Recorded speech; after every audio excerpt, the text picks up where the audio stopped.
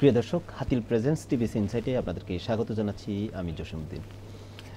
আমরা আজকে আলোচনা করব যে বর্তমান সরকার প্রফেসর মোহাম্মদ ইউনূসের নেতৃত্বাধীন ছাত্র জনতার বিপ্লবের পর যে সরকার গঠিত হয়েছে, সেই সরকার প্রবাসী ভাইদের, যারা আমাদেরকে রেমিটেন্স যোদ্ধা হিসেবে আমরা যাদেরকে আখ্যায়িত করে থাকি, তাদের বিমানবন্দরে বিভিন্ন সুযোগ সুবিধার কথা আমরা শুনেছি। তারা যদি আসে, এয়ারপোর্টে আসার পর তাদের সাথে মোবাইল না থাকলে তারা ফ্রি কল করতে পারবে, তাদের গাড়ির সুব্যবস্থা করে দেওয়া হবে, এ ধরনের নানা উদ্যোগ নিয়েছিল। কিন্তু ইতিমধ্যে আমাদের কাছে কিছু অভিযোগ এসেছে, বিশেষ করে স্পেসিফিক একটা অভিযোগ এসেছে গত সপ্তাহে একজন প্রবাসী বিদেশ থেকে আসার পর বিমানবন্দরে কাস্টমসের কিছু লোক দ্বারা উনি হয়রানির শিকার হয়েছেন। হয়রানির শিকার হয়ে ওনার সাথে যে পরিবারের ব্যবহারের যে জিনিসপত্র নিয়ে এসেছে তা রেখে চলে যেতে হয়েছে।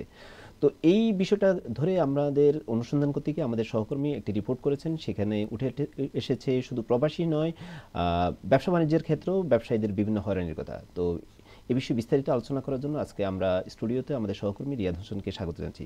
রিয়াদ ভাই, আপনাকে স্বাগতম। শুরুতে যেমনটা বলছিলাম, একজন প্রবাসীর গল্প, যেটা দিয়ে আমাদের এই স্টোরিটা শুরু হয়েছে। আসলে ওই প্রবাসী কোন দেশ থেকে এসেছেন, উনি কি নিয়ে এসেছেন, ওনার সাথে কি হয়েছে, যদি আমাদেরকে একটু সংক্ষেপে। ধন্যবাদ জসীম ভাই। ওই প্রবাসী গত বুধবারের ঘটনা। উনি সম্ভবত গত মঙ্গলবার রাতে কাতার থেকে রওনা দিয়েছিলেন। ঢাকা এয়ারপোর্টে নামার পরে স্বাভাবিকভাবে এই ধরনের যাত্রীরা গ্রিন চ্যানেল দিয়েই বের হয়। তো বের হওয়ার সময় তাকে দায়িত্বরত যেসব কাস্টমসের অফিসার আছেন তারা তাকে হয়তো জিজ্ঞাসাবাদ করেছেন অথবা তার ব্যাগেজ সেটি চেক করেছেন। তো চেক করার পরে সেখানে আসলে যেসব জিনিসপত্র পাওয়া গেছে, বিশেষ করে মানে কোনো ওই অবৈধ অথবা শুল্ক ফাঁকি দেওয়া কোনো জিনিসপত্র নয় আসলে, যেটা আমরা নর্মালি শুনি যে গোল্ড অথবা অন্য কোনো অবৈধ পণ্য, সেটি পাওয়া যায়নি। এটা আসলে বাসায় ব্যবহার্য জিনিসপত্র এবং সেটি তার ওজনের সীমার মধ্যেই ছিল। সেটি উনি যেমন এর মধ্যে খেজুর ছিল, এখন রমজান এসেছে, রোজায় উনি আসলে মূলত ওনার এক পরিচিত বন্ধুরই এই পণ্যটা উনি নিয়ে আসছিলেন, ওনার সাথে এটিও নিয়ে আসছিলেন। এই বন্ধুর যার বাসা পৌঁছে দেবেন সেটা হলো চট্টগ্রাম। তো সেই বন্ধুর এই জিনিসপত্রগুলো উনি নিয়ে এসেছেন বলে আমরা কথা বলেছি, আমরা ওনার সঙ্গেও কথা বলেছি। তো এখানে মোস্টলি ছিল, বেশিরভাগ ছিল খেজুর, 6-7 কেজি খেজুর ছিল, সাবান অথবা অন্যান্য আরও যেসব বাসায় ব্যবহারযোগ্য বাচ্চাদের খেলনা, জুতা, এই টাইপের বেশ কিছু পণ্য, মানে দুধ, হ্যাঁ দুধ ছিল, ট্যাং বা এই জাতীয় যেসব এই পণ্যগুলো ছিল, এগুলো আসলে ব্যাগেজ রুলস অনুযায়ী অবৈধ নয় অথবা এর উপরে ডিউটিও আরোপ করার কোনো সুযোগ নেই। তো এটা পাওয়ার পরে ওই যাত্রীর কে শুরুতে তারা ওই যাত্রীকে বলল যে আপনি এটার উপরে ট্যাক্স দিতে হবে। তারা 19,000 টাকা, 19,300 বা এরকম হবে শুল্ক কর সব মিলিয়ে তার উপরে ধার্য করলো। তো ওই ব্যক্তি দেখলেন যে সব কিছু মিলিয়ে হয়তো 25,000 টাকার দাম হবে, আমি 19,000 টাকা কেন দিব, আর এটা তো কোনো অবৈধ পণ্য নয়। তো উনি ওটার দিতে চাইলেন না, ফলে ওই পণ্যগুলো তখন আটক করে রেখে দিয়েছেন কাস্টমসের অফিসাররা। এবং সেখানে যে ব্যাখ্যাটা লেখা হলো যে এই ব্যক্তি, প্রথমে লেখা হয়েছে যে ফ্রেশ ফুড এবং এটা কমার্শিয়াল পণ্য। কমার্শিয়াল পণ্য এবং ব্যক্তিগত ব্যবহার্য পণ্যের মধ্যে ডিফারেন্স হলো, কমার্শিয়াল পণ্য হলে এটার উপরে ডিউটি ট্যাক্স হবে। তো তারা এটাকে কমার্শিয়াল পণ্য আখ্যা দিয়ে সেটার উপরে বলছে যে হ্যাঁ কমার্শিয়াল, তাহলে সেটা আটক করার একটা যৌক্তিকতা থাকে।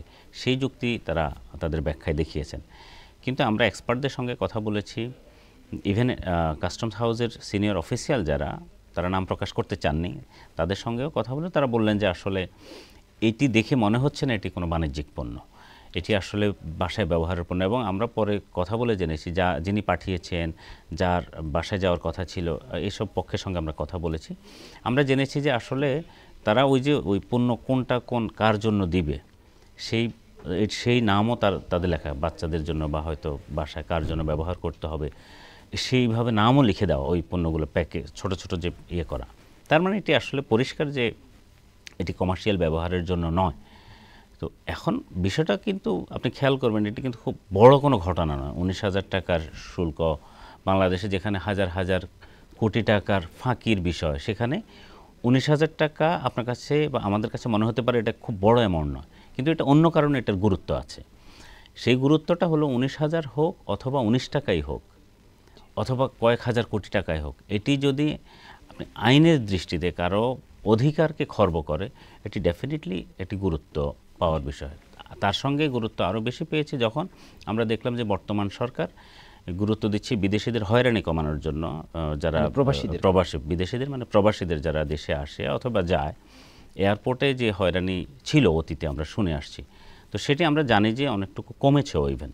তো তার মধ্যে যখন এই ধরনের ঘটনা ঘটে তখন এটি আসলে গুরুত্ব পাওয়ার দাবি রাখে, এবং বিশেষ করে যারা গভর্নমেন্টের পলিসি মেকিংয়ে আছেন তাদের কাছে বার্তাটা, এটি বিষয়টা এমন যে তাদের কাছে বার্তাটা দেওয়া যে আসলে এই ধরনের অনিয়ম টুকটাক যাই হোক কম অথবা বেশি, আমরা সেটি এখনও পুরোপুরি পরিষ্কার হওয়ার সুযোগ আমাদের নেই আসলে কতটুকু কমেছে, কারণ আমাদের কাছে সেই ডাটা নেই। তবে আমরা কথা যতটুকু বলে জেনেছি যে অতীতের চেয়ে পরিস্থিতি কিছুটা ইমপ্রুভ করেছে, কিন্তু ইমপ্রুভ করলে এখনও এই ধরনের ঘটনা ঘটছে, এটাই আমরা আসলে জানাতে চেয়েছি।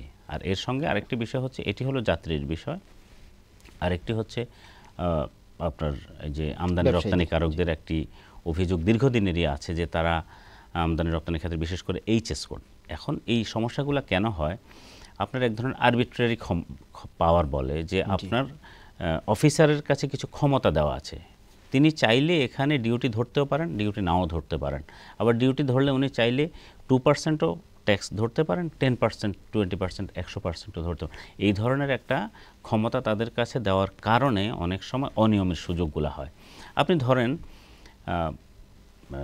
কেউ হয়তো ইয়ার্ন আনলো অথবা কোনো স্পেয়ার পার্টস আনলো অথবা যে কোনো ধরনের ইম্পোর্ট, এখন এটা এইচএস কোডের সাথে অথবা ডেসক্রিপশানে কোথাও হয়তো কোনো ভুল হতে পারে। তো এটি ব্যবসা বাণিজ্যের মানে ইজ অফ ডুইং বিজনেসের সাথে আপনি এই জিনিসগুলোকে সমাধান করার চেষ্টাও করতে পারেন, আবার আপনি চাইলে তাকে জরিমানাও করে তাকে ব্যাপকভাবে তার আর্থিক ক্ষতিও করতে পারেন। মূল বিষয়টা হচ্ছে যিনি প্রকৃতপক্ষে ফাঁকিবাজ, ফাঁকি দিচ্ছেন, তাকে ধরা দরকার।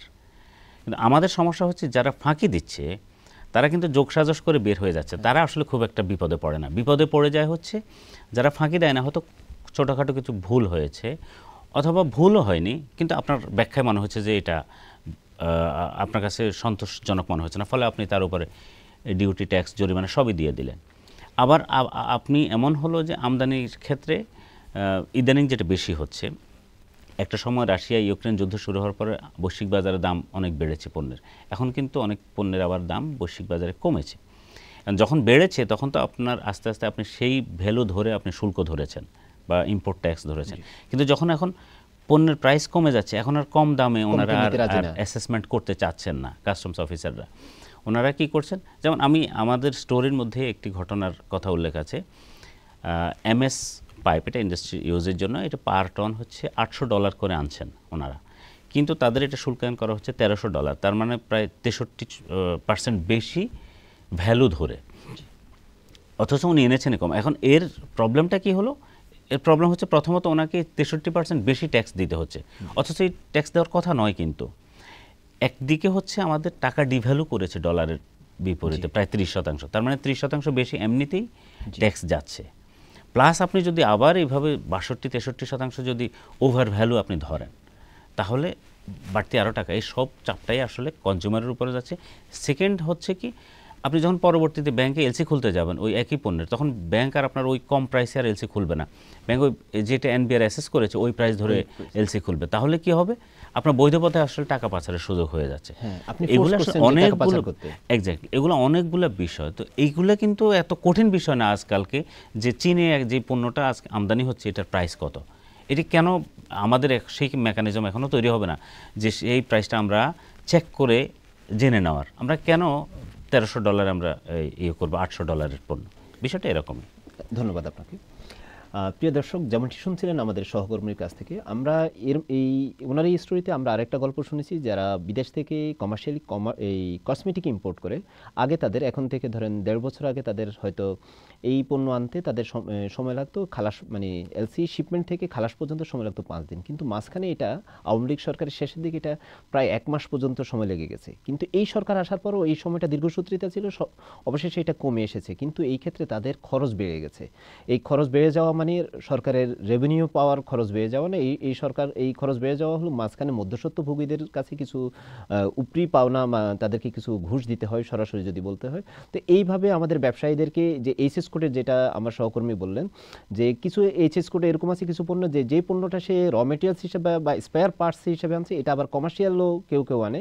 এই যে গ্রে এরিয়াতে যে যাদের হাতে ক্ষমতা রয়ে গেছে সেই গ্রে এরিয়াতে ফেলে ব্যবসায়ীদেরকে এই যে হয়রানি করছে। তো আমরা আশা করব যে সরকার হয়তো এই বিষয়গুলি নজর দিবে, যাতে কোনো প্রবাসী ভাই অথবা কোনো ব্যবসায়ী যাতে হয়রানি শিকার না হয়, এটাই আমাদের প্রত্যাশা।